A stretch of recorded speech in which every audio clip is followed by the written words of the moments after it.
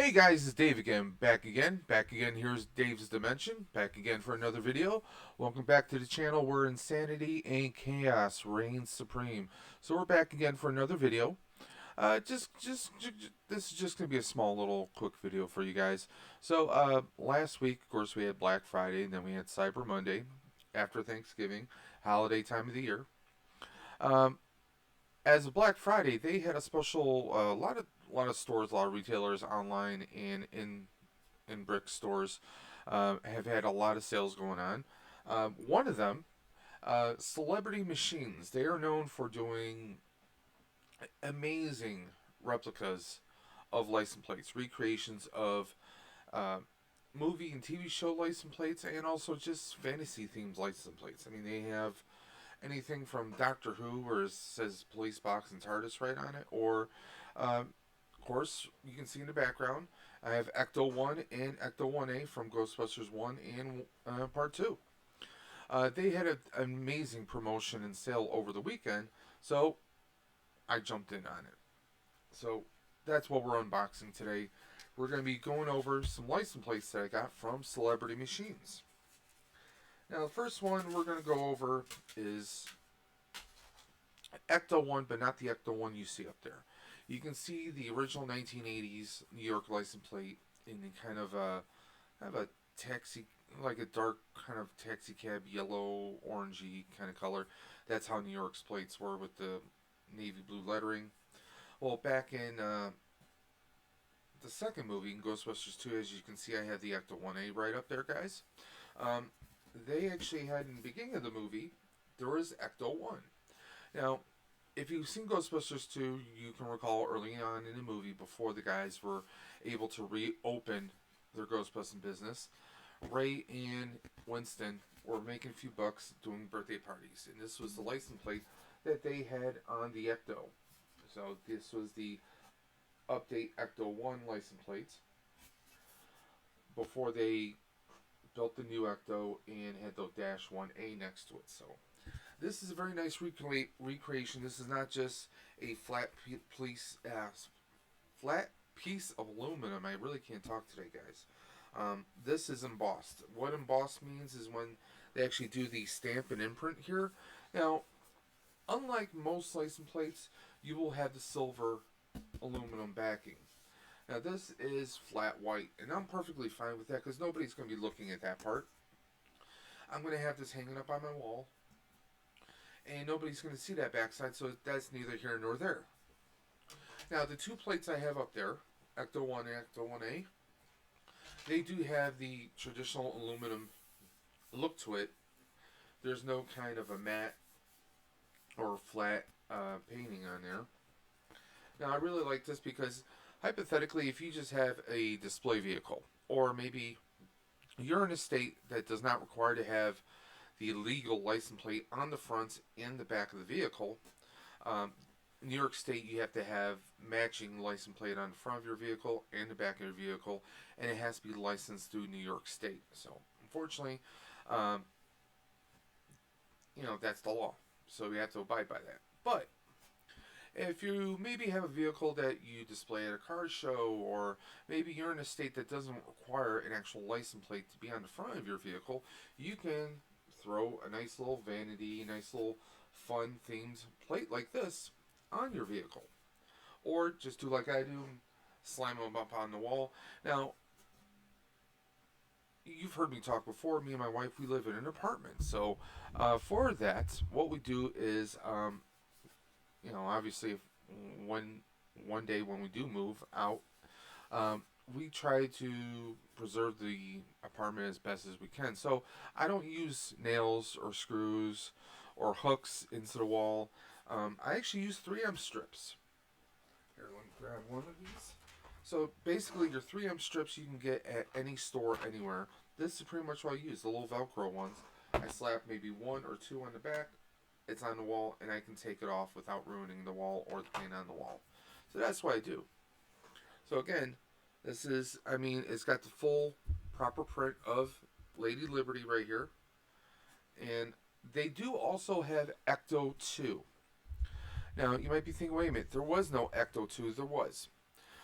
If you saw my previous video, I make a mention about that. Um, Ecto 2, it's one of those blink and you'll miss the type moments from Ghostbusters 2 when the guys pull up to Venkman's apartment to get Venkman to go with them into the sewers, but Venkman and Dana have plans. When you see the Ecto pull up, you can actually freeze frame it, pause it, and you'll see it actually says not Ecto 1, not Ecto 1A, but it actually says Ecto 2. So, but all in all now, see, Celebrity Machines, they have some sales sections. They even have a section where they were, okay, these were, usually they're like, I think $17 or $20 a piece for a single plate. They had a Black Friday sale where these were $10. And they had some supposedly damaged and scratched plates for about $5 a piece. So it's definitely worth going on their website and taking a look. You have everything from the 1970s, 80s, 90s, and 2000s. So everything from Magnum PI, James Bond, all the way up to Fast and the Furious license plates. They have everything there, guys. So here's the Ecto one. Now, the next one is a, basically this is exactly like the plate I have up there, except this is themed for the new movie Ghostbusters Afterlife. Now, as you can see here, now this is not real rust, but from a distance, this has that nice rust look to it, guys. As you can see here,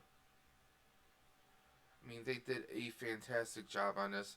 I mean, obviously they just took the original paint scheme and did a stock scheme where there's brushes wearing. I mean, you can take a plate like the one I have up there, guys, and what you can do is, I mean, you can take some brown ember, some different paints, and oxidize your plate if you really wanted to. But this has a nice smooth feel to it. Now this on the back, again, it's embossed. It has that stamp on there. And as you can see, this one is the actual metal color.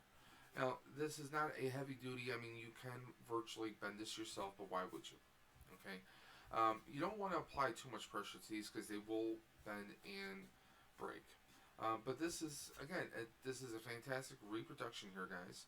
I mean, if you wanted to get creative, now you might be wondering, well, what's this box here? This is where they would actually put the registration sticker on.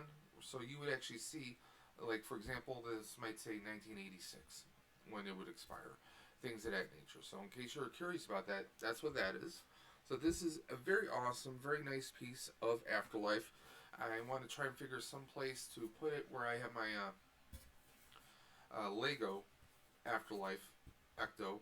Now I currently have the regular two plates up there, so I might actually move those, but we'll see what happens. I'm not sure. I'm not even sure where I'm going to place this. I might place this. I have a little teaser poster for Afterlife, so I might actually place that right underneath. So that is the Afterlife. Now, the third plate I have, this one is a little personal for me. How many of you are actually fans of the novel or movie uh, Ready Player One? Ready Player One was a book by Ernest Cline, and he actually just recently released a second novel called Ready Player Two.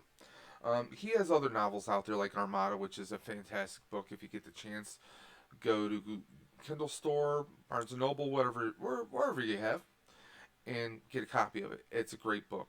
It may even be on Audible as well.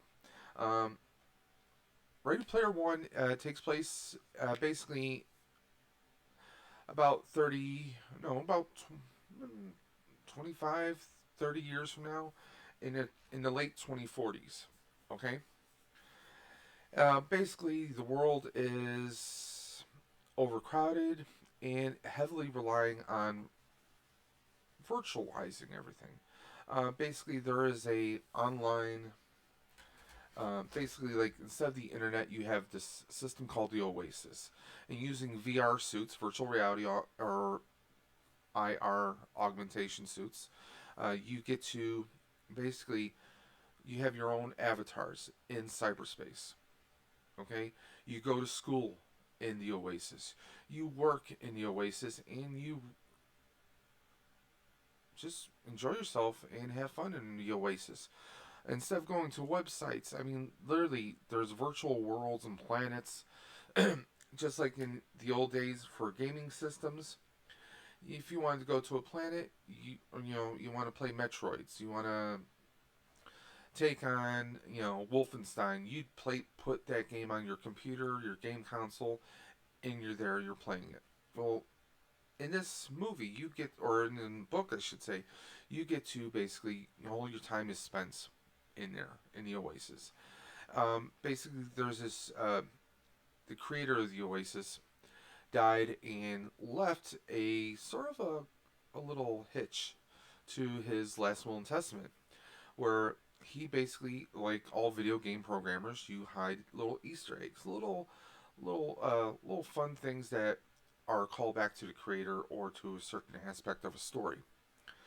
Well, the creator, Halliday, leaves this Easter egg. If you can find the Easter egg and you need three keys to in order to find it to unlock it, if the first person to this Easter egg will inherit all his money and controlling shares of the Oasis. And Ready Player One is about this young man named Wade Watts who, he hasn't had a lot of great things in his life. His life is, for lack of a better word, it's crap. I mean, he lost his parents. He gets taken advantage of. He's very poor. He's poor. He has nothing going for him except for his heart and his love of all things Oasis. Well, he actually finds the first key, and along with some of his friends, he then finds the second and third key. And ultimately, he does find the Easter egg. Um, you probably more well know. You probably know this story from the movie Ready Player One, which is actually based on the book. But if you've seen the movie, I still highly recommend you read the book first, guys. You want to read the book, or even get on. I believe it's on Audible. Um, the book has so much more depth. If you compare the movie to the book could have lent so much into. It could have been rolled into a TV series and not just a movie. That's just one thought, okay? There's so much more, and there's very extreme, subtle differences. When you read a book, opposed to a movie, there's so much more description and detail thrown in that as a reader, you're really immersing yourself into it a lot more than just sitting in a theater or sitting on a couch across from a TV watching a movie. There's so much more detail, and there's so many major differences between the two medias, um, and that's where we're at. In the movie, he, our boy Wade Watts, whose online, I guess you would call gamer tag, is Parzival. Okay, now in the movie, he drives a DeLorean time machine in the Oasis, and in the movie, his DeLorean has the name Parzival on the license plate. Now in the movie, that's that's one big difference that they have. In the book, he has the license plate Ecto 88. Now I'm a big fan of Ready Player One, so I had to get this. Also, secondly, another reason I had to get this was I am a big fan of Ghostbusters and Back to the Future. So this is a perfect license plate for me to add to my collection up there. I still don't know exactly where I'm going to put it. Maybe with the Ghostbusters stuff, maybe with my Back to the Future, or maybe somewhere in between. I do have my Flux pack, which is my Back to the Future Proton pack. So maybe I will even, I don't know, if I figure out a place to store my pack, maybe a nice little display case. Maybe I'll just have that hanging right above it. Again, we have the matte white, the flat white on the back here, but we have Ecto 88, the Golden State, which is California's little logo, and this is typically 1980s. If you saw Back to the Future, there's a very similar plate that says "Out of Time" on the front that basically is due to the force of time travel is ripped off the back of the DeLorean, and it's doing a nice little spinning move with the two twin trails of fire after the DeLorean vanishes for the very first time in the Twin Pines Mall parking lot. So, but Ready Player One's a big favorite of mine. Ernest Cline just released Ready Player Two. I'm actually reading that. I'm reading it on my Kindle. I am going to get a paper copy at some point, probably a hard copy of some kind. I'm only reading it a little bit at a time. Um, the first few chapters, I'm already blown away by it. The second one's already got me hooked. So, um, but yeah, just a quick little. This is what they have on Celebrity Machines. And I'm actually going to put a link for that website in the description below. So if you guys want to check it out, I mean, they have everything from Blues Brothers, Back to the Future, Star Trek even. They have an NCC 1701 for the Enterprise. I mean, they have Mad Max, James Bond, Magnum PI. I mean, you name it, you think of it, they have it. They'll even do customs. Um, or I shouldn't say customs, maybe a commission, because they also do a Power Ranger license plate, which is actually pretty sharp. They will do everything. Breaking Bad, you name it. Knight Rider, anything and everything, guys. Excuse me. It's definitely worth a check out. Okay, so that's it for this video, guys. As always, if you like this video, hit that subscribe button, hit that bell for notifications. We have more videos coming down the pipeline. Excuse me, sorry guys, dry throat.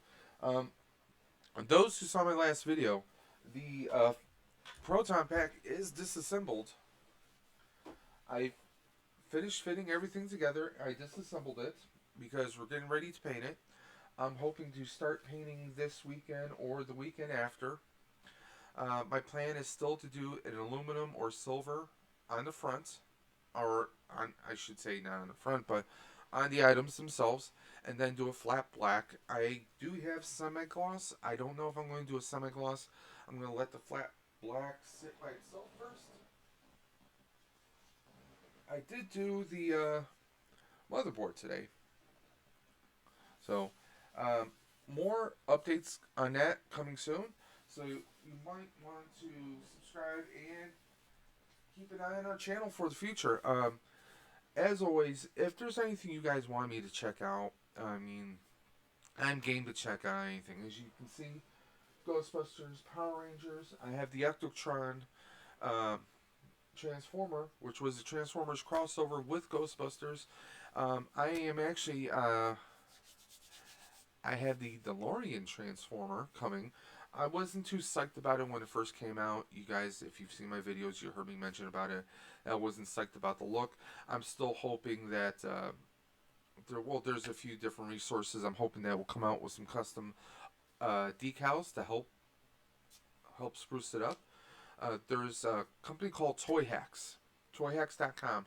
They do reproduction labels for Power Rangers, Star Wars, G.I. Joe, and also Transformers. And they also do upgrade sticker decals. So if you're a big Transformer head, you want to jump on their website, toyhacks.com. They have some amazing stuff. This video is not sponsored by them, nor is it sponsored by Celebrity Machines. I'm just fans of those companies. Okay? So that's coming up. So when I do get the Gigabyte, or no, Gigawatts is his name, or should call him Gigatron or something, I don't know. But we will be doing an unbox video for that.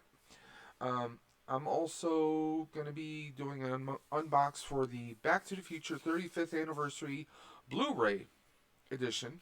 So that's going to be coming, I think, Sunday. So we'll see what happens. I'm not sure when I'm going to get that video out.